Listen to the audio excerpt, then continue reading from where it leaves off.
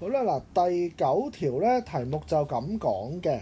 The sum of the volumes of two spheres is 324 pi， 即係話咧兩個球體嗰個體積咧就係324 pi 嘅。The radius of the larger sphere is equal to the diameter of the smaller sphere。佢話咧大啲嗰個 radius， 我用大階 R 啦，就係等於細嘅 sphere 個 diameter。咁 diameter 就即係2乘半徑啦，當然係細嘅 sphere 嘅半徑。所以即係話大階 R 就等於2乘細階 R 啦。OK，expressed in term of pi，the volume of the larger sphere。嗱，由於咧大階或者咁講，大嘅 sphere 同細嘅 sphere 嗰個半徑嗰個比例就係2:1。咁由於佢哋係 similar object 嚟㗎嘛 ，sphere 全部都係 similar 㗎啦。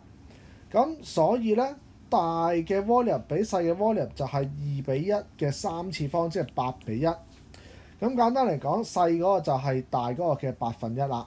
好啦，我哋將 V large 加 V small 就等於324 pi 啦。咁大嘅再加1/8個大嘅咧，就等於324 pi， 啊，代翻呢個關係入去。咁啊，將個8乘過去，然後1/8加呢個1即係9/8啦，9啊除翻過嚟。咁所以就計到咧大啲嘅 sphere 嗰個 volume 咧就係288 pi cm cube。好啦。跟住 the sum of the surface area of the two sphere， 咁咧我哋就將 sphere 條式4/3 pi r 3次等於翻288啦，就計到大嘅 radius 原來係6，咁咪即係細嘅 radius原來係3咯。